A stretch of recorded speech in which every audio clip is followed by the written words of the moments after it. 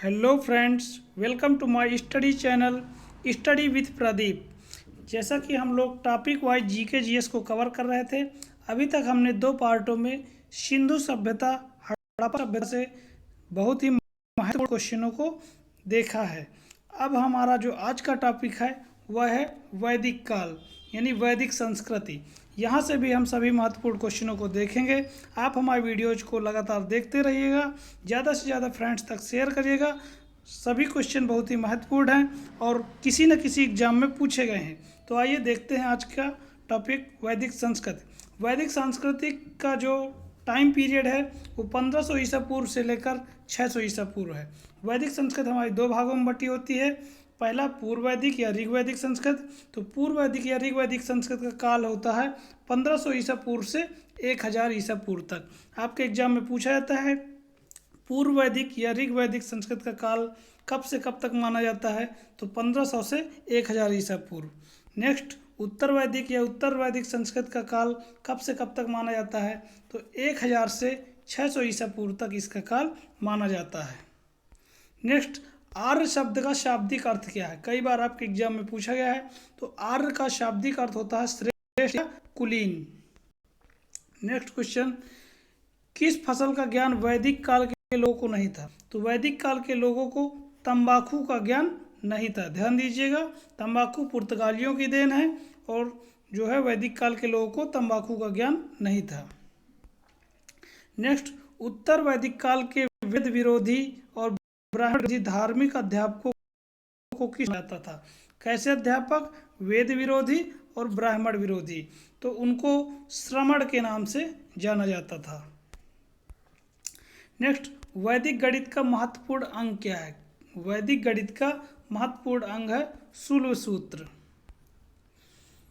किस वेद में प्राचीन वैदिक युग की संस्कृत में सूचना दी गई है, तो ऋग्वेद में हमारे प्राचीन वैदिक युग की संस्कृत की सूचना मिलती है। नेक्स्ट क्वेश्चन, उत्तर वैदिक काल में लिखे गए ग्रंथों का सही क्रम क्या है, तो उत्तर वैदिक काल में जो ग्रंथ लिखे गए थे उनका सही क्रम है, पहले वेद लिखे गए थे, फिर ब्राह्मण, फिर आरण्यक, फिर उपनिषद। यहाँ पर हम देखेंगे कि वेदों की संख्या होती है 4 और उपनिषद की संख्या होती है 6। ध्यान दीजिएगा, उपनिषद का अर्थ ज्ञान से संबंधित है, उपनिषद जो है ज्ञान से संबंधित है।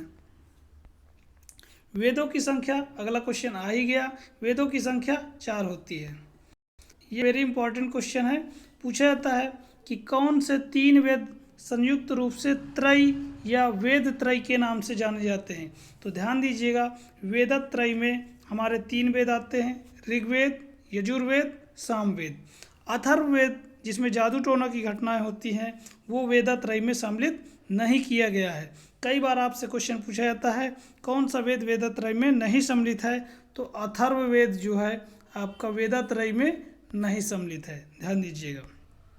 नेक्स्ट क्वेश्चन, भारत के राज चिन्ह में प्रयुक्त होने वाला शब्द सत्यमेव जयते किस उपनिषद से लिया गया है, मोस्ट इंपॉर्टेंट क्वेश्चन है, आपके एग्जाम में डायरेक्टली देखने को मिलता है। तो सत्यमेव जयते मुंडक उपनिषद से लिया गया है। ऋग्वैदिक आर्यों का मुख्य व्यवसाय क्या था, तो आर्यों का मुख्य व्यवसाय था पशुपालन। नेक्स्ट भारतीय संगीत का आदि ग्रंथ या कहें भारतीय संगीत का जनक किसे कहा जाता है, तो सामवेद को कहा जाता है।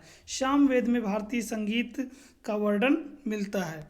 प्रथम विधि निर्माता कौन थे, तो प्रथम विधि निर्माता मनु को कहा जाता है। इन्होंने हमारे समाज के नियमों को बनाया था। कृष्ण भक्ति का प्रथम और प्रधान ग्रंथ कौन सा है, तो कृष्ण भक्ति का प्रथम और प्रधान ग्रंथ श्रीमद् भागवत गीता है। ऋग्वेद में संपत्ति का प्रमुख साधन क्या है, मोस्ट इंपॉर्टेंट, ऋग्वेद में संपत्ति का जो प्रमुख साधन है गोधन है। गायों का जो व्यापार होता था या गाय से प्राप्त वस्तुओं से आपस में बेचकर ही उनके संपत्ति का प्रमुख साधन हुआ करता था। ऋग्वेद के किस मंडल में शूद्र का उल्लेख है, मोस्ट इंपॉर्टेंट क्वेश्चन है, एग्जाम में पूछा जाता है। ऋग्वेद के किस मंडल में शूद्र का उल्लेख हुआ है, तो 10वें मंडल में शूद्र का उल्लेख हुआ है। बात करें मंडल की संख्या, तो मंडल हमारे 10 हैं टोटल। पुराणों की संख्या कितनी है, तो पुराणों की संख्या 18 है। सबसे पुराना पुराण कौन सा है? तो सबसे पुराना मत्स्य पुराण है, मत्स्य पुराण। नेक्स्ट, वैदिक धर्म का मुख्य लक्षण इनमें से किसकी उपासना करता है था? तो वैदिक धर्म का मुख्य लक्षण प्रकृति की उपासना करता था। किस देवता के लिए ऋग्वेद में पुरंदर शब्द का प्रयोग हुआ? मोस्ट इंपॉर्टेंट, पुरंदर शब्द का प्रयोग इंद्र के लिए किया जाता है। इंद्र को आंधी, तूफान, वर्षा के देवता के रूप में भी जाना जाता है। नेक्स्ट, शूल सूत्र किस विषय से संबंधित है? अभी हमने बताया था, शूल सूत्र एक गणित विषय के ज्यामिति क्षेत्र से संबंधित है। अस्तो माह सदगमय कहाँ से लिया गया है? तो अस्तो माह सदगमय ऋग्वेद से लिया गया है। आर्य भारत में आए और ये सर्वप्रथम कहाँ आकर बसे थे? तो आर्य भारत में मध्य एशिया से आए थे और पंजाब में सबसे पहले बसे थे। नेक्स्ट, वेदों को अपौरुषेय क्यों कहा जाता है?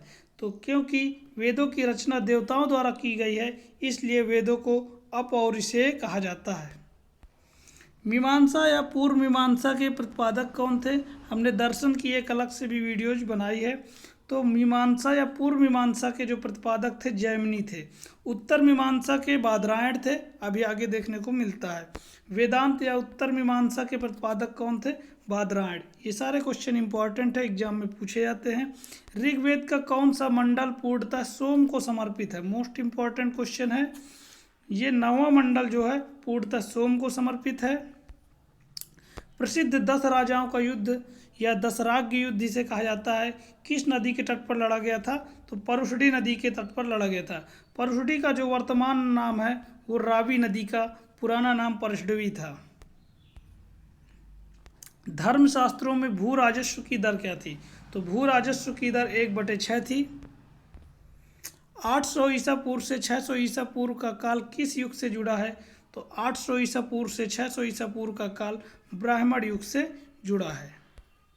नेक्स्ट, किस काल में अछूत की अवधारणा स्पष्ट रूप से उदित हुई? तो धर्मशास्त्र के काल में अछूत की अवधारणा स्पष्ट रूप से उदित हुई। एक क्वेश्चन यहाँ से काफ़ी इंपॉर्टेंट है। एशिया माइनर स्थित बोगजकोई का महत्व इसलिए है कि क्योंकि एशिया माइनर स्थित जो बोगजकोई है वहाँ जो अभिलेख प्राप्त हुए थे उनमें 4 वैदिक देवताएं इंद्र, वरुण, मित्र, नासत्य को उल्लेख मिलता है, इसलिए बोगजकोई महत्वपूर्ण है। एशिया माइनर का ये एक अभिलेख है। गायत्री मंत्र का जो उल्लेख है किस में मिलता है? तो गायत्री मंत्र का उल्लेख ऋग्वेद में है। यह सावित्री को संबंधित है। न्याय दर्शन के प्रतिपादक कौन है? या न्याय दर्शन को प्रचारित किया था महर्षि गौतम ने।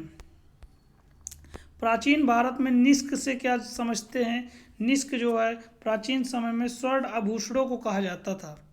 नेक्स्ट, योग दर्शन के प्रतिपादक कौन है? काफ़ी इंपॉर्टेंट है, आपसे एग्जाम में क्वेश्चन पूछा जाता है। तो योग दर्शन के प्रतिपादक पतंजलि हैं। उपनिषद किस पर आधारित थे? हमने पहले बताया था कि उपनिषद दर्शन पर आधारित थे, ज्ञान पर आधारित थे। आरंभिक वैदिक साहित्य में सर्वाधिक वर्णित नदी कौन सी? तो वैदिक साहित्य में सर्वाधिक वर्णित नदी सिंधु थी। उपनिषद काल के राजा अश्वपति किसके शासक थे? तो कैकेय के शासक थे, कैकेय के। आध्यात्म ज्ञान के विषय में नचिकेता और यम का संवाद, ये भी काफ़ी इंपॉर्टेंट क्वेश्चन है। यम और नचिकेता का संवाद किस उपनिषद में मिलता है? कठोपनिषद में, ध्यान दीजिएगा। वैदिक नदी कुभा जो कि काबुल का स्थान निर्धारित है, तो कुभा काबुल नदी का ही प्राचीन नाम था जो कि अफगानिस्तान में है। एक क्वेश्चन यहाँ से देखते हैं स्टैटिक जीके में। अफगानिस्तान की जो राजधानी होती है वो क्या है? काबुल है। अफगानिस्तान की राजधानी कौन सी है? काबुल। तो यहाँ से भी हम पकड़ सकते हैं क्वेश्चन को, कुभा काबुल से। कपिल मुनि द्वारा प्रतिपादित दार्शनिक प्रणाली कौन सी थी? कपिल मुनि द्वारा प्रतिपादित दार्शनिक प्रणाली सांख्य दर्शन थी। सांख्य दर्शन का प्रतिपादक कपिल मुनि ने किया था। भारत के किस स्थल की खुदाई से लौह धातु के प्रचलन के प्राचीनतम प्रमाण मिले हैं? तो लोहे के धातु के प्राचीनतम प्रमाण अतरंजी खेड़ा से मिलता है। किसका संकलन ऋग्वेद पर आधारित था? तो सामवेद का संकलन जो है ऋग्वेद पर आधारित था। प्रस्थान त्रयी में कौन से शामिल नहीं है? तो प्रस्थान त्रयी में भागवत को शामिल नहीं किया गया है। कर्म का सिद्धांत किससे संबंधित है?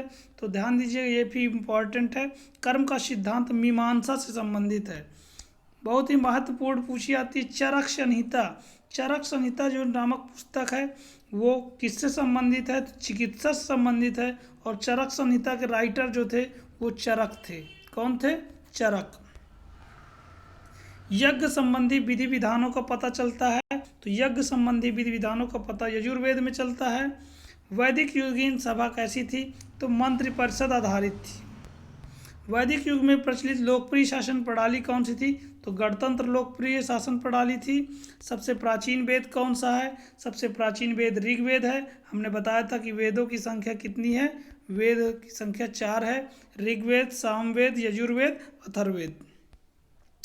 कौन भारतीय दर्शन की आरंभिक विचारधारा है? तो सांख्य दर्शन जो है आरंभिक विचारधारा है। सांख्य, योग, न्याय, वैशेषिक, मीमांसा एवं वेदांत, इन 6 भिन्न भारतीय दर्शनों की स्पष्ट रूप से अभिव्यक्ति किनमें हुई है? तो वैदिक युग में हुई है। ऋग्वेद में 6 मंडलों को वंश मंडल, गोत्र मंडल कहा जाता है। तो किन 6 मंडलों को कहा जाता है? तो जो दूसरे मंडल से लेकर 2 से 7 मंडल तक है इन्हें वंश मंडल या गोत्र मंडल के नाम से जानते हैं। नेक्स्ट, किस वेद में जादुई माया, वशीकरण, जादू टोना आदि का वर्णन होता है? तो अथर्ववेद में है। आर्य शब्द जो है इंगित करता है श्रेष्ठ को या कुलीन को। ऋग्वेद में कुल कितने मंडल हैं? ऋग्वेद में कुल 10 मंडल हैं। आर्य भारत में कहाँ से आए थे? आर्य भारत में मध्य एशिया से आए थे और जो आकर बसे थे वो था पंजाब में सबसे पहले आकर बसे थे। कौन सा वेद अंशतः गद्य रूप में भी रचित है? तो यजुर्वेद जो है हमारा गद्य रूप में और पद्य रूप में दोनों मिलता है। सभा और समिति प्रजापति की 2 पुत्रियां थीं, इसका उल्लेख किस वेद में है? तो अथर्ववेद में है। सभा और समिति प्रजापति की 2 पुत्रियां थीं, इसका उल्लेख अथर्ववेद में मिलता है। नेक्स्ट, वैदिक युग की प्राचीनतम संस्था कौन थी? तो वैदिक युग की प्राचीनतम संस्था विदत थी। विदत। नेक्स्ट, ब्राह्मण ग्रंथों में सर्वाधिक प्राचीन कौन सा है? तो सबसे प्राचीन शतपथ ब्राह्मण है। गोत्र व्यवस्था प्रचलन में कब आई थी?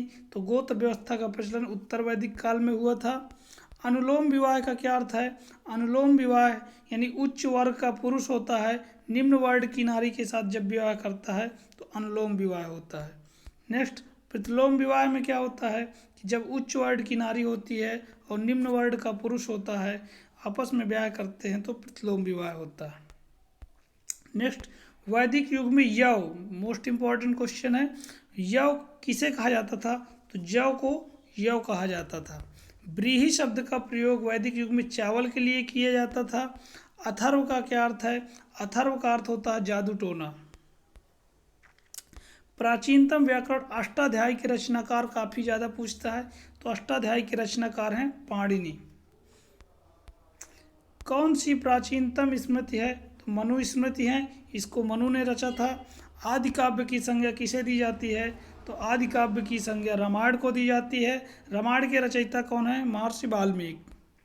प्राचीनतम पुराण कौन सा है? बताया था प्राचीनतम पुराण मत्स्य पुराण है।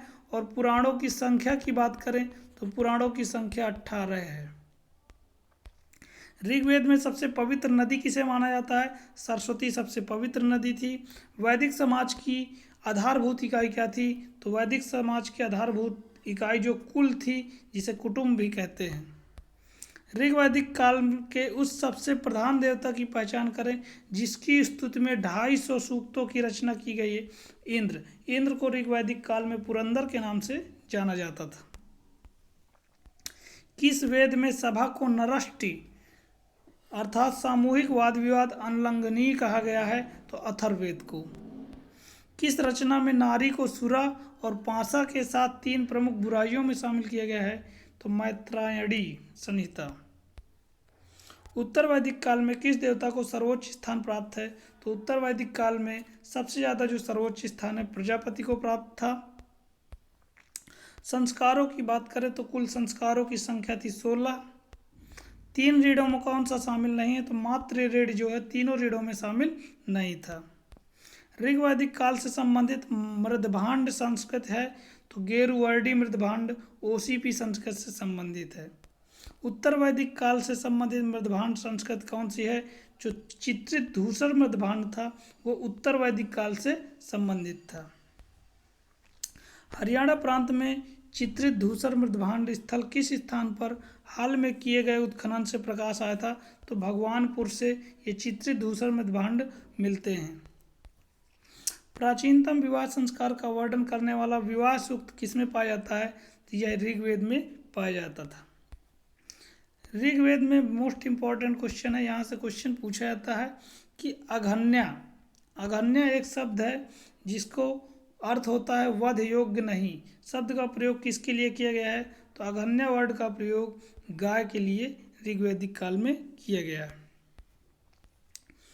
प्राकृतिक संतुलन स्थापित करने का किस वैदिक देवता को ऋतस्य गोप कहा जाता था? तो वरुण को ऋतस्य गोप के नाम से जानते थे।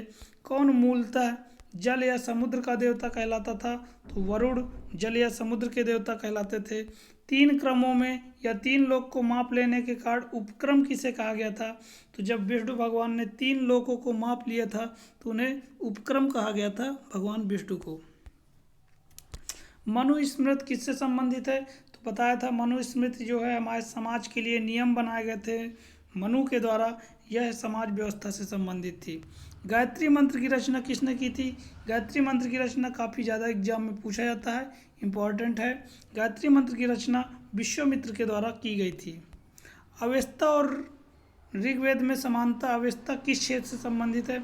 अवेस्ता और ऋग्वेद की समानता की गई है। अवेस्ता जो है ईरानियों का एक संबंधित ग्रंथ है जिसकी तुलना ऋग्वेद से की गई है।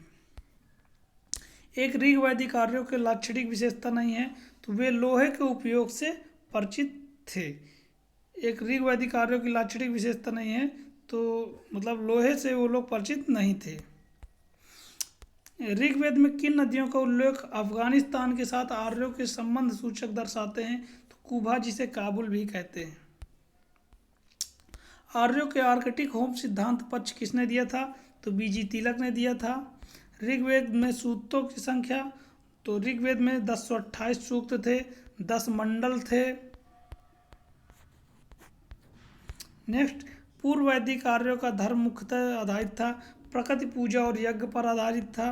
पतंजलि कौन थे? तो पतंजलि जो है योग दर्शन के प्रवर्तक थे। पतंजलि कौन थे? पतंजलि योग दर्शन के प्रवर्तक थे। साथ ही में पाणिनि के संस्कृत व्याकरण अष्टाध्यायी का एक टीकाकार भी था। शतपथ ब्राह्मण से संबंधित राजा विदेह, माधव से संबंधित ऋषि थे तो ऋषि Gautam Rahugan. Okay, thank you. आपके वैदिक काल के सभी इंपॉर्टेंट क्वेश्चन इस वीडियोज के अंतर्गत समाप्त होते हैं।